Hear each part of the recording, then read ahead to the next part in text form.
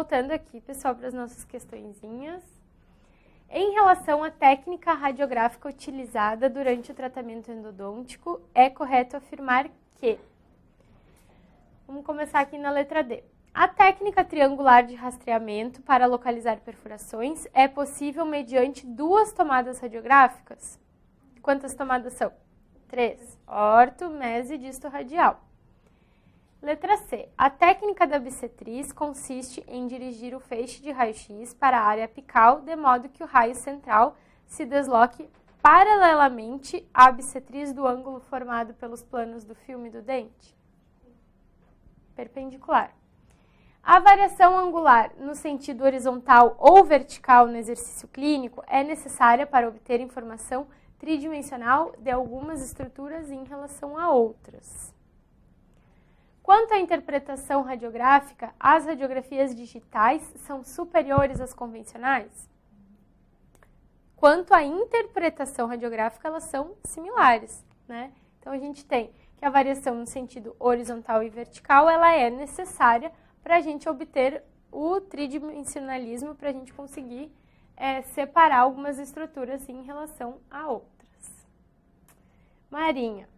A tomografia computadorizada de feixe cônico é um sistema contemporâneo, tridimensional, de diagnóstico por imagem, projetado especificamente para uso no esqueleto maxilofacial. Como vem se tornando um componente diagnóstico cada vez mais acessível no arsenal do endodontista, é importante o profissional estar ciente das aplicações e características desse tipo de imagem. Com relação ao fenômeno chamado endurecimento do feixe, de acordo com Lopes e Siqueira, assinale a opção correta. O que é o fenômeno do endurecimento do feixe? Ocorre quando o feixe de raio-x encontra um objeto de baixa densidade? Alta densidade. É a diminuição da energia média do feixe de raio-x quando fótons de energia mais baixos são absorvidos pela estrutura em detrimento dos fótons de maior energia. Eu ia cansar, eu ia guardar ela aí e ia ler a de baixo. Aumenta o rendimento do diagnóstico da imagem? Não. Produz apenas distorção de estruturas metálicas? Não é só metálica, é de alta densidade também.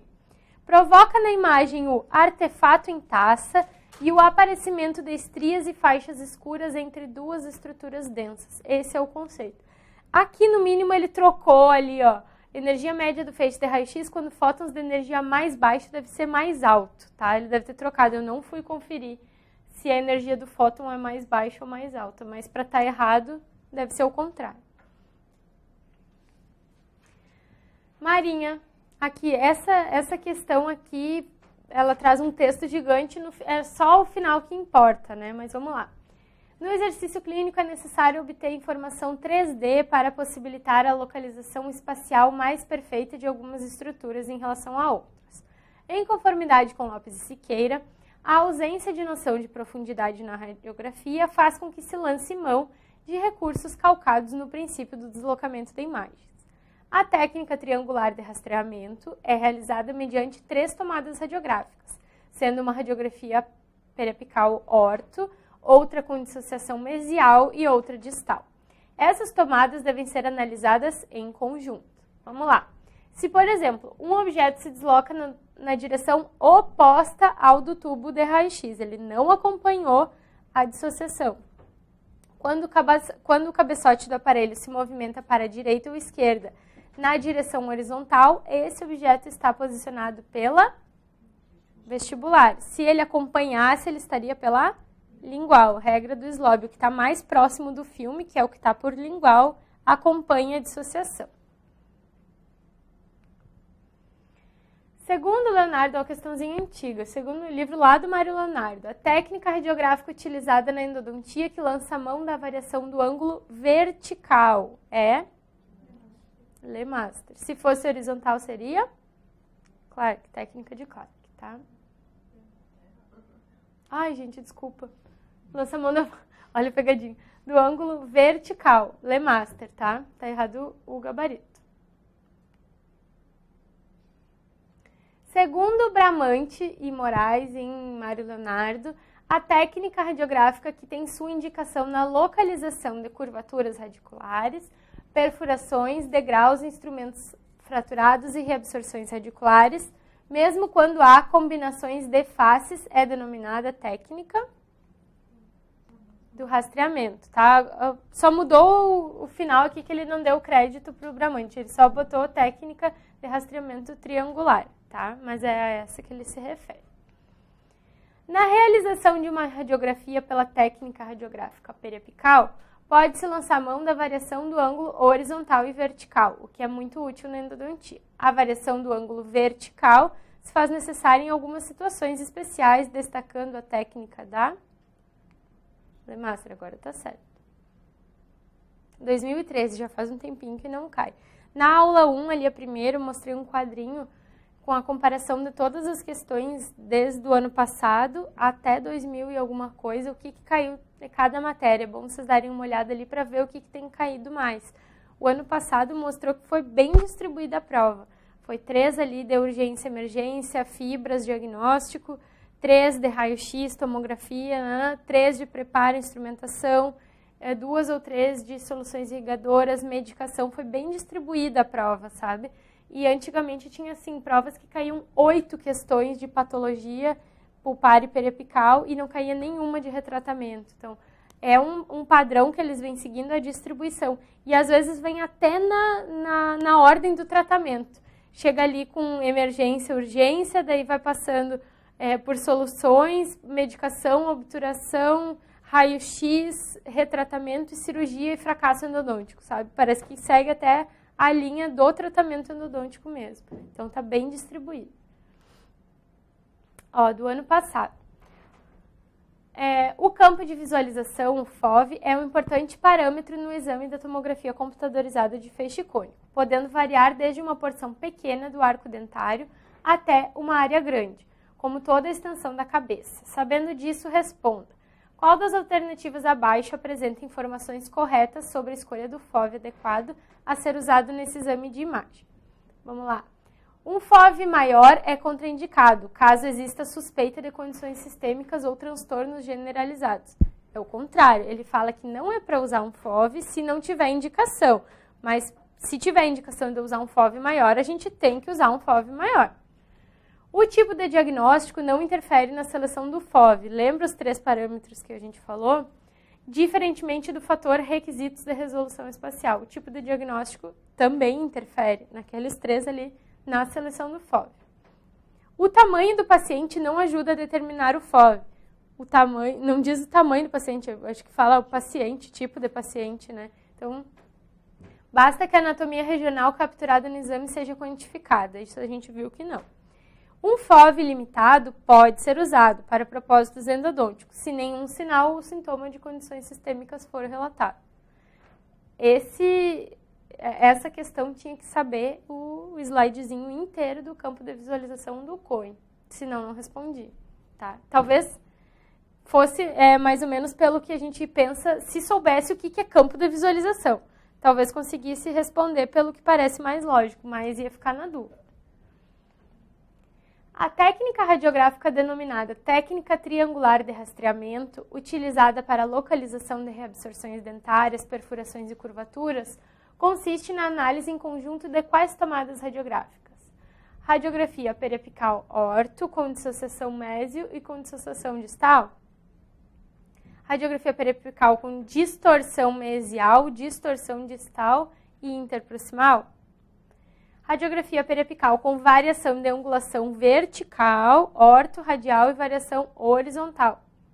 Radiografia periapical com variação de angulação horizontal, interproximal e orto-radial. Essa aí era a molezinha, né? Então, orto, mésio e disto.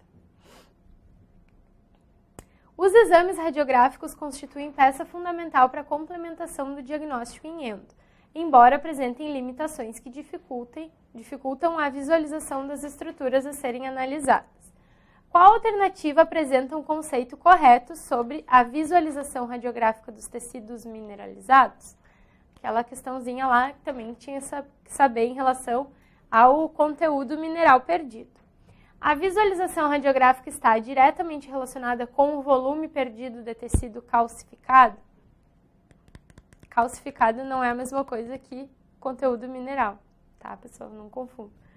A lesão perirradicular que atinge apenas o osso esponjoso não será vista na radiografia, a menos que seu tamanho seja consideravelmente grande. A gente viu que não tem a ver com o volume, né, o tamanho da lesão. Uma pequena destruição é suficiente para que haja visualização radiográfica em um tecido calcificado que contenha elevado conteúdo mineral. É exatamente aquilo que estava no nosso slide. Então, pode ser que tenha pouca destruição tecidual, mas se ele tiver um elevado conteúdo mineral, ela vai ser vista no raio-x. A lesão perirradicular é prontamente visualizada radiograficamente quando está no osso cortical e não é visualizada quando localizada na região endosteal. Não é isso que diz lá quando a gente vira a página. Diz que ela é menos prontamente visualizada quando está no endosteal do que no cortical, mas não quer dizer que ela não possa ser vista, tá? Isso está bem descrito lá no livro.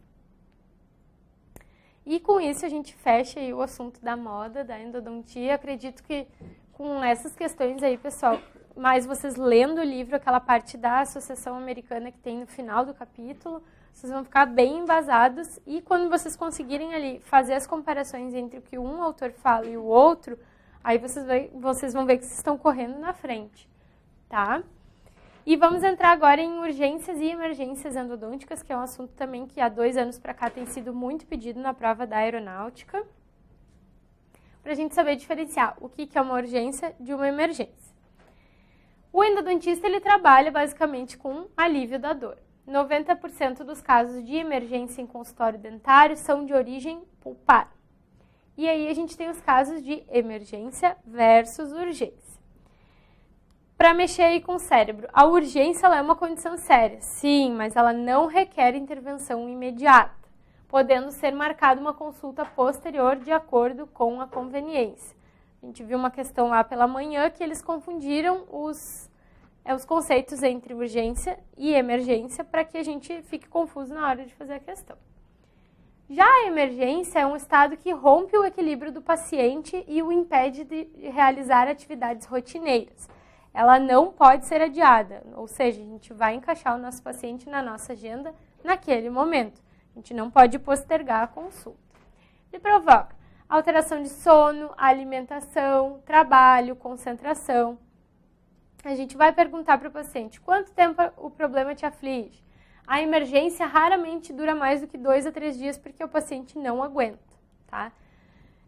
Fez uso de medicação, foi eficaz? Quando o paciente nos relatar que ele fez uso do analgésico anti-inflamatório, que não resolveu, ele deita, piora, quando ele toma quente, piora, enfim, a gente já vai levando para um quadro mais de emergência.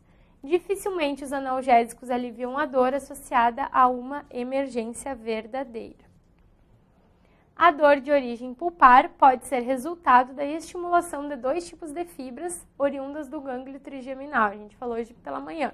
As fibras do tipo A delta, fibras do tipo C. Tem também fibra do tipo A beta, só que elas têm função desconhecida na polpa, então a gente vai se apegar a falar mais da A delta e do tipo C. Se o que estiver afligindo o paciente for estimulação dessas fibras A delta, não vai necessitar intervenção endodôntica. Por quê? São fibras relacionadas com dor de origem dentinária e não dor de origem pulpar. Fibras do tipo C, aí sim, vão necessitar de tratamento endodôntico. Então, o que nos leva a crer que tudo que tiver associado a fibras do tipo A delta vão ser questões de urgência ou emergência? Urgência. E fibras do tipo C, emergência. Era isso que as questões vão pedir. Para revisar, fibras do tipo A delta mielinizadas, dor de origem dentinária, movimento do fluido dentinário no túbulo. São localizadas na periferia da polpa, suas ramificações formam o plexo de Rashkov. O Cohen afirma que são as últimas a se formarem e as primeiras a morrer. São fibras sensitivas constituídas pelos aferentes do trigêmeo, cuja função é transmitir dor. Naquele quadrinho lá da função, velocidade e mielinização ou não, dizia condução rápida, 6 a 30 metros por segundo. E o limiar de estimulação é relativamente baixo. O que isso significa? Que com baixo estímulo essas fibras elas já respondem. Diferente das fibras do tipo C, que são amielínicas, são localizadas mais profundamente na polpa, mais na zona central, enquanto as do tipo A são mais na periferia. Característica de dor excruciante difusa, menos tolerável do que as provocadas pela fibra A delta. Pertencem ao sistema nervoso autônomo e são fibras de condução lenta, 0,5 a 2 metros por segundo.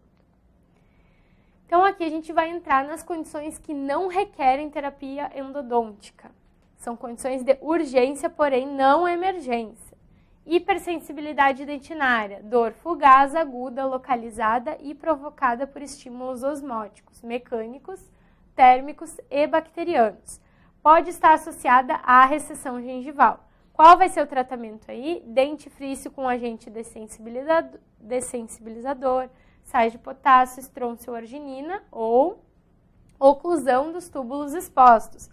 Oclusão física com adesivo dentinário, resina, sieve, verniz ou quimicamente com os oxalatos.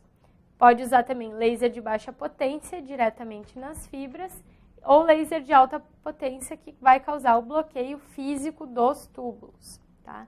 Se houver perda de estrutura dentária, vai fazer restauração com sieve ou resina composta. Isso tudo aí é para dizer o quê? Não precisa intervir endodonticamente.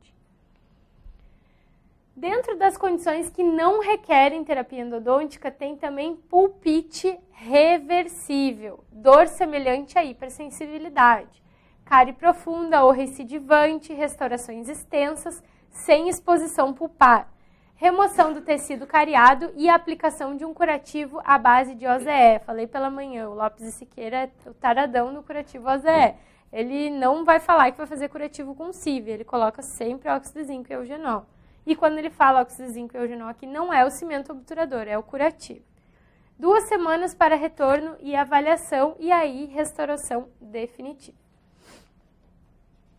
Condições agora que requerem a terapia endodôntica. Pulpite irreversível. Lopes e Siqueira afirma que a dor não é regra e sim exceção.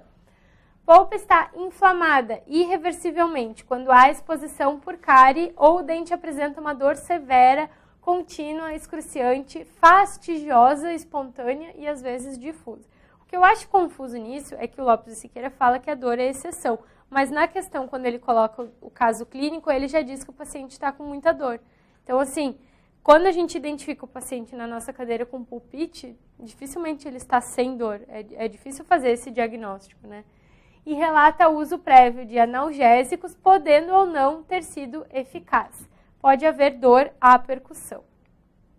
Qual o tratamento? Quando tiver tempo disponível. Completo preparo químico-mecânico. Se o dente estiver sem dor à percussão, pode obturar na mesma sessão porque é um caso de polpa vital.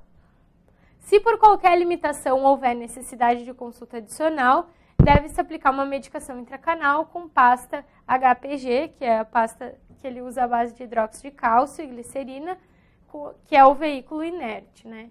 A gente não vai entrar agora na discussão ali dos casos faz ou não em sessão única, tá?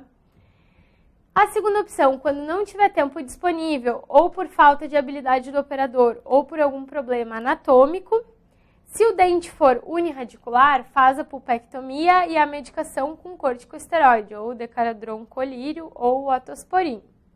Se o dente tiver mais de um canal multiradicular, pulpectomia do canal mais amplo, palatino ou distal nos inferiores, ou apenas a pulpotomia se o tempo for muito curto e a medicação com corticosteroide. Ele sempre fala que o melhor é que a gente consiga remover toda a polpa, fazer o preparo químico-mecânico e colocar então a medicação ou obturar na mesma sessão em caso de polpa vital.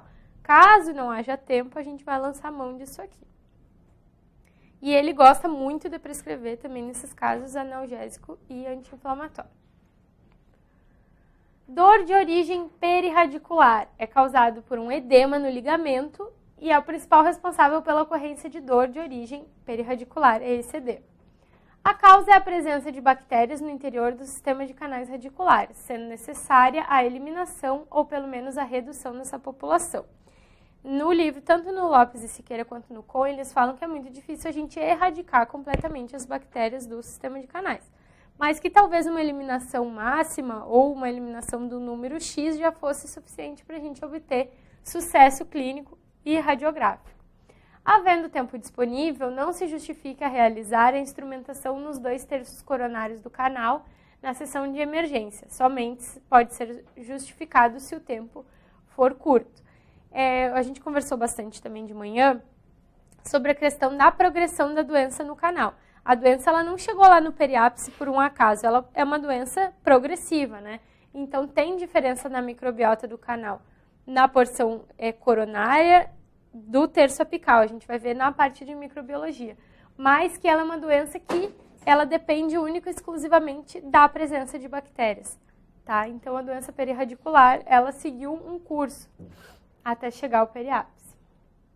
A limpeza apical deve ser realizada na mesma consulta de emergência, quando os fatores tempo, habilidade do operador e variações anatômicas permitirem. Uma eventual extrusão de detritos contaminados resulta em menores problemas justamente na consulta de emergência, quando os tecidos perirradiculares já estão inflamados, preparados para a agressão. Em consultas posteriores, após a remissão dos sintomas em canais parcialmente instrumentados, a extrusão apical pode causar exacerbação por mobilização de novas células inflamatórias. E essa reagudização a gente chama de flare-up. Gera frustração ao profissional e principalmente ao paciente que ele chegou ali, ele já se julgava livre daquela dor. Então aqui, em casos de necrose pulpar com periodontite apical aguda, vai causar dor intensa à mastigação, teste positivo à percussão e aquela sensação de dente crescido. Pode ou não ter espessamento do ligamento periodontal. A gente falou que esses casos de pericementite ou periodontite apical aguda, eles estão dentro daqueles casos de necrose pulpar. Se a gente extravasar a medicação ou solução irrigadora, o paciente vai ter essa sensação de dente crescido, enfim. Mas existem outros casos que eles podem estar associados à polpa vital. Se for uma restauração alta, por exemplo, o paciente ficar ocluindo ali, ele pode ter uma pericementite não de origem microbiana, mas por causa do trauma mecânico, tá? O tratamento nesses casos aí que a gente fez a intervenção no canal. Completo PQM, respeitando as possíveis limitações. Primeira opção, quando for livre de limitação. Ele fala em anestesia com bupivacaína. Completo preparo mecânico, químico-mecânico, medicação intracanal com a pasta HPG, que a gente vai falar lá na medicação, alívio da oclusão e prescrição de anti-inflamatório. Segunda opção, quando não tiver tempo ou falta de habilidade do operador ou problemas anatômicos, instrumenta os 2/3 médio e cervical, preserva os 3 a 4 milímetros apicais irrigando com hipoclorito de sódio. Coloca uma mecha de algodão embebida em hipoclorito de sódio na câmara pulpar e alívio da oclusão mais a prescrição do anti-inflamatório. O que isso significa? Se a gente não conseguiu preparar totalmente o canal, ele não coloca pasta HPG. Ele diz que é melhor colocar uma mechinha de algodão na câmara pulpar do que colocar a pasta quando o canal não está completamente limpo e seco. Ele não usa o tricresol, tá? Ele fala que não existem evidências que suportem o uso do tricresol. Só vai usar o tricresol em criancinhas lá na parte do tratamento de dentes com risogênese incompleta, enfim. Então, o tricresol aqui ele não usa, vai usar uma mechinha de algodão com hipoclorito na câmara. Abscesso perirradicular agudo. Agora a gente saiu ali da questão da periodontite apical aguda para o abscesso. Abscesso, então, dor espontânea, pulsátil e dor à mastigação. Teste de percussão e palpação positivos. Pode haver mobilidade dental em função do edema, daquela formação da coloração purulenta. Pode ter envolvimento sistêmico também, como febre. O tratamento do abscesso, aí se vocês forem olhar no livro do Lopes de Siqueira, na parte de patologia mesmo, pulpar e perirradicular, ele não traz o tratamento para o abscesso, está só na parte de emergências endodônticas, tá? Então, o tratamento vai variar conforme o estágio de evolução do abscesso, sendo estágio inicial, estágio em evolução e estágio evoluído. Abscesso em estágio inicial, não há tumefação, isso é o mais importante. Não há tumefação, a dor pode ser excruciante. O diagnóstico exato só é confirmado quando for visualizado o exudato purulento drenando pelo canal após a abertura. A drenagem do canal pode durar de 15 a 30 minutos até que todo o seu conteúdo se esvaia. A gente sabe que às vezes não para nunca, né? Mas aqui ele diz que é de 15 a 30. Completo PQM, medicação intracanal com pasta HPG ou com pasta hidróxido de cálcio mais clorexidina, analgésico anti-inflamatório. Dentro daqui eu destaco uma questão que caiu 2 vezes na prova do CADAR. Em 2 anos seguidos, ou caiu um ano, falhou outro e vem no outro. Trefinação. Na ausência de edema, a trefinação é a perfuração cirúrgica da cortical alveolar, capaz de liberar o exudato tecidual acumulado que causa dor. Então, ali na ausência de edema, é uma perfuração cirúrgica para aliviar esses tecidos, tá? Isso está só no livro do Cohen. Abscesso em evolução. O abscesso inicial não tinha tumefação. Em evolução, ela tem uma tumefação consistente, não flutuante. A dor é pronunciada quando o abscesso se localiza no espaço subperiosteal, altamente inervado. E ocorre um dramático alívio, o Lopes fala, imediato após a ruptura do periósteo, quando esse atinge os tecidos moles supraperiosteais. O tratamento ele vai ser o mesmo da fase inicial, só que se ele tiver essa tumefação intraoral, a gente vai incisar. Deve ser feito antes de intervir no canal. Se a tumefação for extraoral, não vai incisar, vai aplicar calor intraoral e fio externamente a fim de induzir a exteriorização intraoral do abscesso. Tá? Então é meio que benzer, colocar uma benzedeira ali para ver se o negócio exterioriza. Se não houver drenagem pelo canal, amplia-se o forame até uma lima 25. Se ainda assim não ocorrer drenagem, deve-se usar a medicação intracanal com a pasta HPG. O que vai diferenciar aqui é a incisão. E o evoluído, ele tem uma tumefação flutuante. A gente vai fazer incisão intra ou extraoral sob anestesia. Acesso coronário, drenagem via canal, PQM completo, pasta HPG ou hidróxido de cálcio clorexidina. Se a incisão for extraoral, precisa colocar um dreno. Se for intraoral, o dreno pode ser dispensado. Prescrição de analgésico e anti-inflamatório e pode ser necessário antibiótico nesses casos. Quais os casos que nós vamos lançar mão de antibiótico?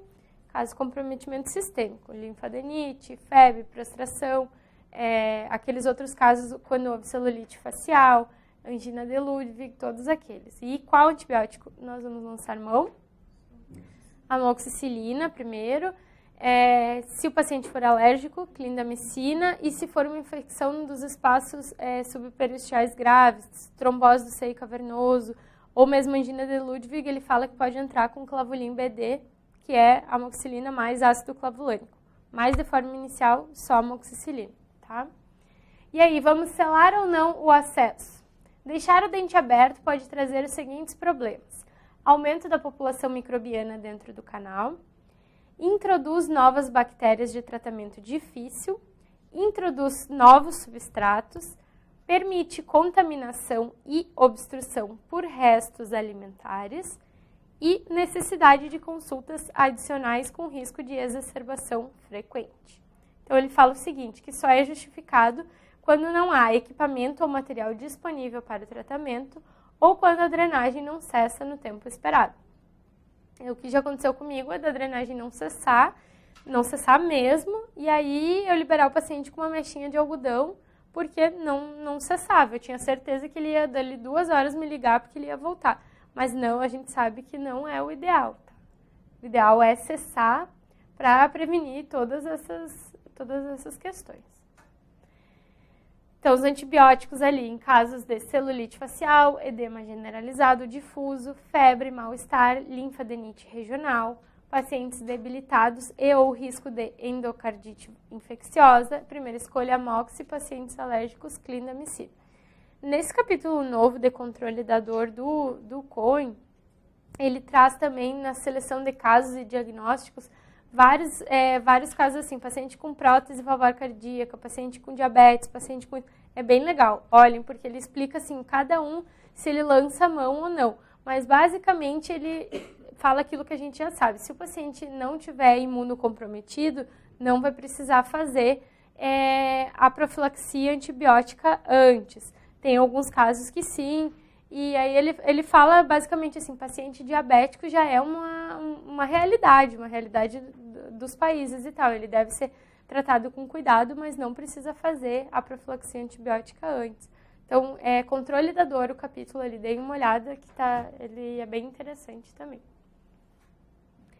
E o flare-up, que é aquela emergência verdadeira que se desenvolve entre as sessões de tratamento endodôntico. Sempre cai. Um caso de emergência verdadeira que se desenvolveu entre as consultas. Flare-up ou reagudização. Pode ter dor e ou tumefação. A queixa ocorre poucas horas após a consulta ou no dia seguinte. É uma resposta inflamatória aguda nos tecidos perirradiculares. Micro-organismos e seus subprodutos, né, são a causa principal. E também iatrogenias, como sobreinstrumentação, instrumentação incompleta, extravasamento, dissolução irrigadora, perfurações. Aqui entra também aquela imagenzinha que a gente viu pela manhã do dano direto e dano indireto. Tem lá no livro do Lopes um periápse, assim, e aparece dano direto, aí as bactérias, dano indireto, os subprodutos das bactérias, como LPS, LTA, o próprio DNA da bactéria, e dentro do dano indireto, a resposta do próprio organismo, porque a gente viu na aula de hoje, em função das imunidades inata e adaptativa, que o próprio organismo, na tentativa de reparar, ele causa um dano indireto. Isso aí também contribui para o flare-up. A gente vai ver aqui uma imagenzinha com extravasamento daqui a pouco. Fatores relacionados com o hospedeiro que podem predispor a flare-ups. Então, em relação ao hospedeiro, o que deixa ele mais suscetível? Se o hospedeiro teve dor prévia ao tratamento, isso já caiu, tá? Pacientes do sexo feminino com idade superior a 40 anos. Dentes inferiores, dentes com lesão perirradicular, e aqui eu chamo a atenção para lesão perirradicular e não grande lesão perirradicular. O fato da lesão ser grande ou pequena indifere, vai ter uma questão que vai pedir isso.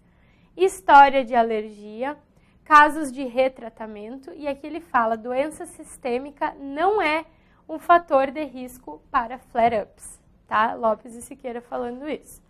Dor prévia, paciente sexo feminino acima de 40 anos, dentes com lesão, dente inferior, história de alergia e retratamento.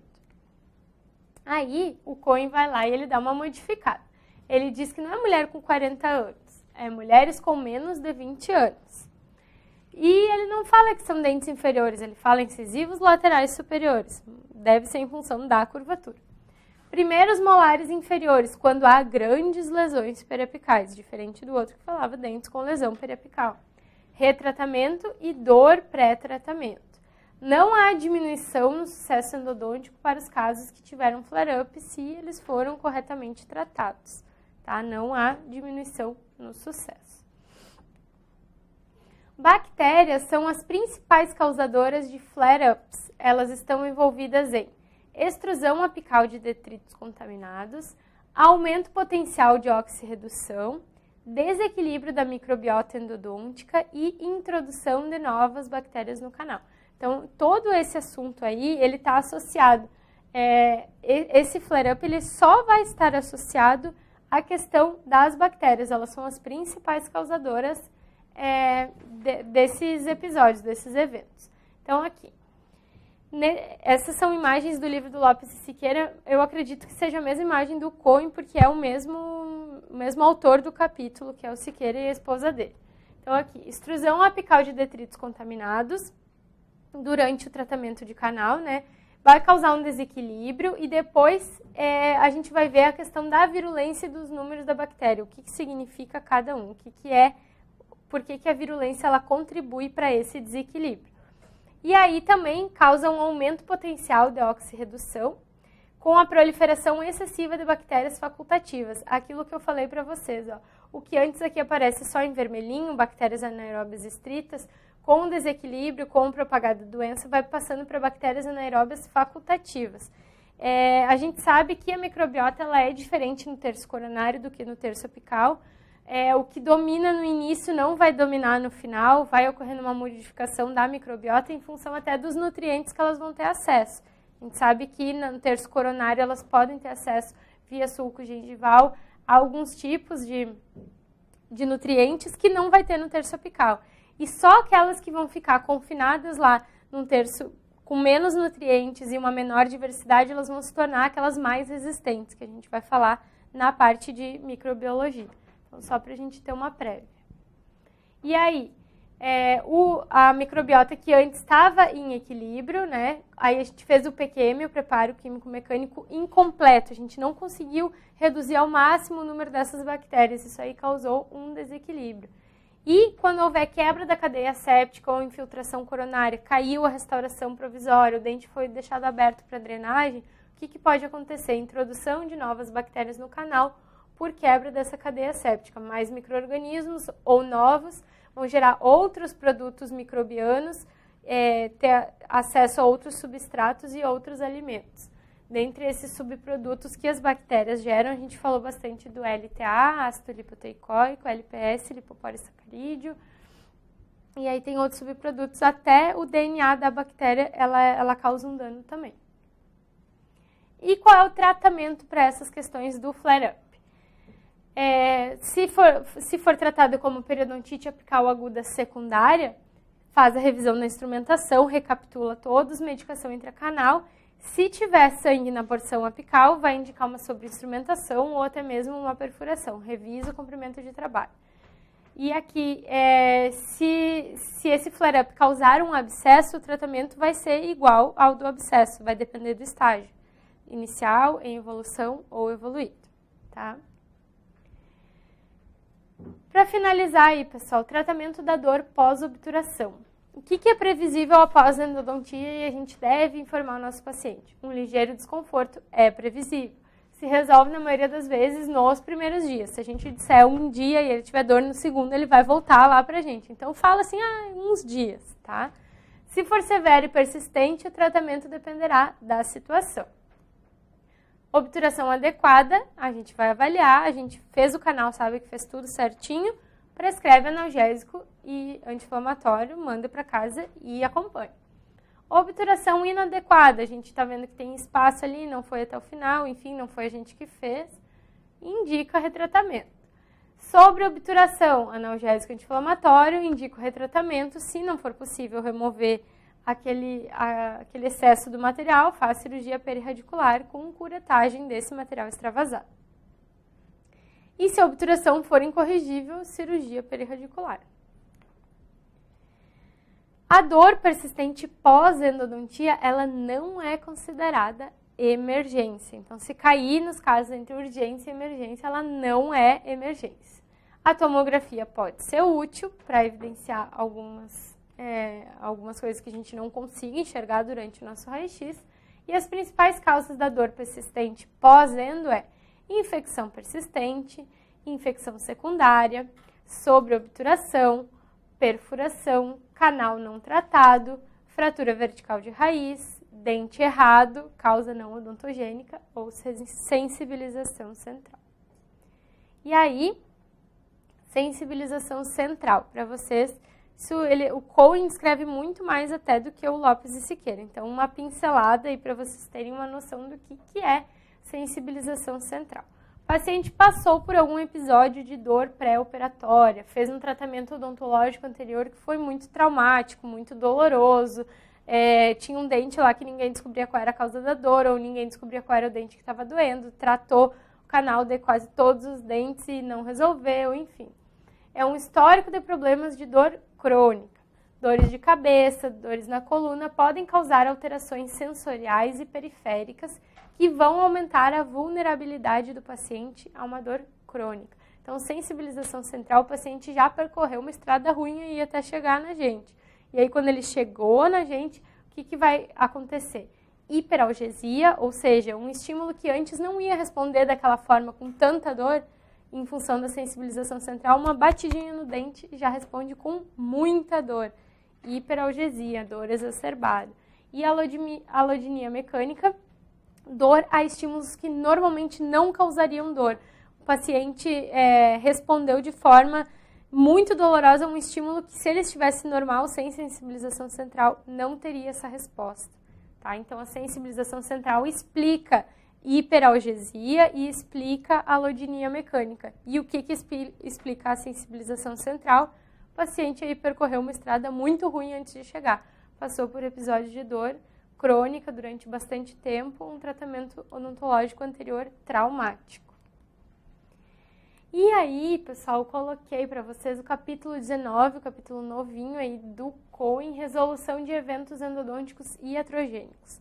Por se tratar de uma tradução, ele tem uma nomenclatura bem engraçada, tipo degrau ele chama de saliência. Então, tenham paciência com ele, tenham paciência, tem que ter uma paciência. Hipoclorito de sódio, então um evento iatrogênico com hipoclorito de sódio. Coloquei aqui porque é quase uma reza e uma benzedura para ver se dá certo, mas é quase isso. Dor imediata, quando o paciente extravasou ali, a gente fez o tratamento, extravasou hipoclorito de sódio. Dor imediata, edema acentuado, hematoma, hemorragia espontânea e profusa a partir do canal. Privação sensorial, o paciente para de sentir aquela dor ali, para de sentir a sensibilidade naquela área. Para o controle da dor, anestésico, analgésico e compressas geladas. Então ali, extravasou hipoclorito, anestésico de longa duração, analgésico e compressa gelada. Para diluir o efeito da extrusão, a gente vai irrigar o canal com solução salina. Após um dia, a compressa quente são substituídas por compressas frias. É confuso, porque ele falou compressa gelada. Depois de um dia, ele já substituiu a quente e volta a fria. É isso mesmo. Está escrito, eu li, eu voltei e li de novo e disse, meu Deus, é isso aí. E enxaguatórios orais quentes. Não é nem bochecha com calor, é enxaguatório oral quente. Ele esquentou o Listerine e botou na boca. É quase isso que tu entende, né? Mas eu acho que ele quis dizer um bochecho com água quente, né? Mas é tradução. Enxaguatório oral quente são prescritos para estimular a microcirculação. Antibióticos podem ser prescritos. E aí a gente deu um nó no cérebro, o que aconteceu? Foi lá e caiu. Caiu a questão assim, tá? Então, tem que ficar ligado nessas bruxarias aí, porque eles não vão ter pena, eles vão pedir, entendeu? Então tá, hipoclorito a gente aceita. Extravasou, vai colocar, irrigar com soro fisiológico, compressa gelada, anestésico, anti-inflamatório.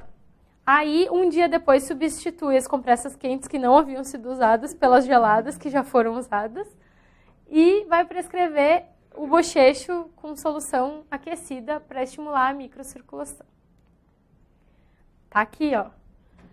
Possíveis causas da formação de saliências, degrau. Ele diz que é outro efeito iatrogênico. Então, o extravasamento de hipoclorito é um e saliência, degrau, é iatrogenia. A culpa é toda sua, é isso que ele quis dizer. Não estender a cavidade de acesso suficientemente para permitir o acesso adequado ao canal. Perda de controle dos instrumentos se o tratamento endodôntico for tentado através de uma cavidade da superfície proximal ou através de uma restauração proximal. Avaliação incorreta da direção do canal. Determinação incorreta do comprimento do canal. Forçar o instrumento na parede do canal. Usar um instrumento de aço inoxidável reto ou não curvado que seja muito calibroso para um canal curvo. Deixar de usar os instrumentos em ordem sequencial. Aqui ele quis dizer que se você fizer outra técnica que não clássica, você pode causar um degrau ou saliência. Rotacionar excessivamente os instrumentos no comprimento de trabalho. Irrigação ou lubrificação inadequada. Emprego excessivo de agentes quelantes. Ó, isso é uma causa de degrau para ele. Por isso que eu estou lendo um por um, porque tem coisas aqui que a gente não viu que o EDTA pode causar degrau. Aqui ele está falando. Saliência. Tentar remover os instrumentos fraturados, remover os materiais de obturação radicular durante o retratamento endodôntico, tentar instrumentar os canais calcificados, preencher inadvertidamente de detritos a porção radicular do canal durante a instrumentação. Então, todos esses eventos podem causar degrau ou saliência e todos esses eventos aqui são causados pelo operador. Tá? Ele não falou nada de diferente, só essa questão assim, ó, excesso de quelante pode causar degrau. Se perguntar, pode, tá aqui. Outras complicações, além do extravasamento do hipoclorito, formação de degrau saliência, perfuração do seio maxilar, lesão do nervo alveolar inferior, daí mostra aquelas bruxarias lá do nervinho obturado, saindo cimento, Enfisema subcutâneo cérvico-facial. Esse é um dos mais graves ali. Mas estão todos citados aí para vocês. Olhem um por um. Eu falei mais do hipoclorito porque foi o que caiu e do degrau saliente porque eu achei a mais bruxaria que estava escrito ali, tá? Então, dei uma olhada em cada um deles. E aí, para terminar essa partezinha, vamos para as questões. De acordo com Lopes e Siqueira, dentre as atribuições do cirurgião dentista, uma das mais nobres e importantes se refere à promoção do alívio da dor, Cadar 2019. Em relação a esse tópico, analise as afirmativas a seguir. A urgência endodôntica exige tratamento imediato para o restabelecimento e o conforto do paciente. O que vocês me dizem? Confundiu aí urgência e emergência. Por quê? Dificilmente o emprego dos analgésicos alivia a dor associada a uma urgência verdadeira. Apertei sem querer. Dificilmente o emprego dos analgésicos alivia a dor associada a uma emergência verdadeira, tá? Então, quem não soubesse o conceito de urgência e emergência ia errar a questão, porque é muito fácil de confundir. Então, as duas são falsas. Para o atendimento das urgências endodônticas, a elaboração de um correto diagnóstico envolve, entre outros fatores, a aplicação prática do conhecimento sobre a fisiologia da dor de origem pulpar. Sobre as fibras nervosas sensitivas pulpares, assinale a alternativa correta. Vamos lá. Fibras A delta são responsáveis pela dor de origem dentinária. Sem graça, né? Já começou aí. Essa questão ela se encaixa em vários conteúdos. A respeito da dor de origem pulpar, pode-se afirmar que a urgência endodôntica representa uma condição séria que requer intervenção imediata, emergência. As fibras nervosas sensoriais do tipo A são responsáveis por dor severa, contínua e espontânea, tipo C. A dor de origem pulpar pode ser resultado da estimulação de fibras nervosas sensoriais do tipo A e C. Parece correto, né? As fibras nervosas sensoriais do tipo C são responsáveis pela dor de origem provocada, rápida e de curta duração. É do tipo A. Se alguém sair daqui hoje errando tipo A e tipo C... Emergência verdadeira que se desenvolve entre sessões de tratamento endodôntico caracterizado por dor e ou tumefação. Fatores relacionados com o hospedeiro, como dor prévia ao tratamento, pacientes do sexo feminino, idade superior a 40 anos, dentes inferiores, história de alergia e casos de retratamento. Qual o diagnóstico correto de acordo com a situação descrita?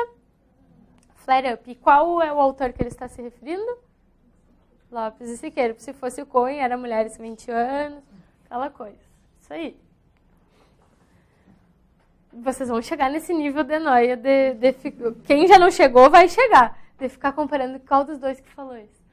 A irrigação do sistema de canais radiculares com solução de hipoclorito de sódio, se ocorrer de forma inadvertida, pode provocar graves acidentes e complicações. Sabendo disso, responda. Qual das alternativas a seguir apresenta os procedimentos corretos para controle e tratamento desta condição? Os pacientes devem ser examinados semanalmente para monitoramento de sua recuperação. Não fala nada. Eu acho que sim, mas não fala nada ali naquele capítulo. Se fosse meu paciente, eu não ia nem examinar semanalmente. Eu ia pedir para ele, vem amanhã e depois também. Né? Mas não fala nada, apesar de parecer para mim razoável, né? Mas não é. O uso de antihistamínicos não é obrigatório, mas a administração de antibióticos e corticoides sim. Ele falou ali avaliar antibiótico e corticoide, ele nem falou nada. Os enxágues bucais quentes e frequentes devem ser usados após um dia da ocorrência do acidente para estimular a circulação local. Letra D. A aplicação de compressas frias extra-orais para reduzir o inchaço está contraindicada, pois provoca vasoconstrição e aumenta o risco de necrose. Ele fala em compressas frias, depois substituir pelas quentes. Então, o enxaguante bucal quente e frequente deve ser usado após um dia da ocorrência para estimular a circulação local. Aceita, é aquilo que a gente falou, aceita.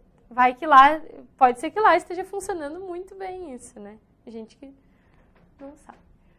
Provinha de Petrópolis. Em caso de extravasamento acidental do material obturador, podemos encontrar reabsorção óssea, abscesso periodontal, pericementite apical aguda, abscesso dentoalveolar crônico ou dor provocada por agente de calor. Pericementite apical aguda. Qual é o outro caso que daí envolve polpa vital? Quando a restauração estiver alta, enfim, vai ser um caso que não vai estar associado aí a um extravasamento intrarradicular. São fatores que podem predispor a um flare-up, exceto dentes com lesão perirradicular de grande diâmetro, retratamento endodôntico, dor prévia ao tratamento ou dentes inferiores. Porque a lesão perirradicular e não lesão grande. Não importa se ela é grande ou se ela é pequena, tá? Você tem que ver que o pessoal aqui ele vai se ater a esses detalhes. Dente inferior a gente sabe que sim, se for pelo cone incisivo lateral superior também. Dor prévia ao tratamento, hipersensibilidade também, tá? Reação alérgica também. Retratamento endodôntico, sim, e dentes com lesão perirradicular, ponto. Tá? Estou terminando essa parte aqui, vou só fazer mais essas questões para a gente entrar no outro assunto após o intervalo. CADAR 2016. Essa foi a primeira prova que eu fiz. Foi no ano de 2015, foi a primeira prova de Forças Armadas que eu fiz, foi essa daí. Ali eu vi que eu achava que eu sabia alguma coisa, e cheguei lá e eu vi que eu não sabia nada. Fiz por fazer mesmo. Segundo Lopes e Siqueira, o tratamento emergencial para necrose pulpar com periodontite apical aguda deve consistir da abertura coronária, completo PQM, medicação com pasta HPG, selamento provisório e medicação sistêmica com analgésico e anti-inflamatório. Entretanto, em alguns casos, não é possível a realização de todos esses procedimentos na consulta de emergência, devido ao tempo e ou habilidade do profissional. Nesses casos, o procedimento de emergência sugerido pelos autores lembra que a gente falou, quando não conseguir completar todo o PQM, o que a gente faz? Coloca tricresol? Não. O que a gente faz? Acesso, drenagem, irrigação com hipoclorito, deixa o canal aberto? Próximo. Acesso, preparo químico-mecânico dos terços cervical e médio, irrigação com hipoclorito, medicação intracanal com tricresol? Na época eu marquei que sim. Aí eu vi que realmente eu olhei e eu digo, como? Mas eu uso isso na clínica. Aí depois eu descaí na realidade que as coisas, elas não... Uma coisa é uma coisa, outra coisa é outra coisa. Acesso, preparo químico-mecânico dos terços cervical e médio, irrigação com hipoclorito, medicação intracanal com hidróxido de cálcio, selamento coronário provisório. Usa hidróxido de cálcio com PQM incompleto. Acesso, preparo químico-mecânico dos terços cervical e médio, irrigação com hipoclorito, colocação de bolinha de algodão com embebida em hipoclorito de sódio na câmara, selamento provisório e prescrição de analgésico anti-inflamatório. Tá aí. Tá, eu vou encerrar agora e aí a gente volta para fechar essa partezinha das questões e o último tema.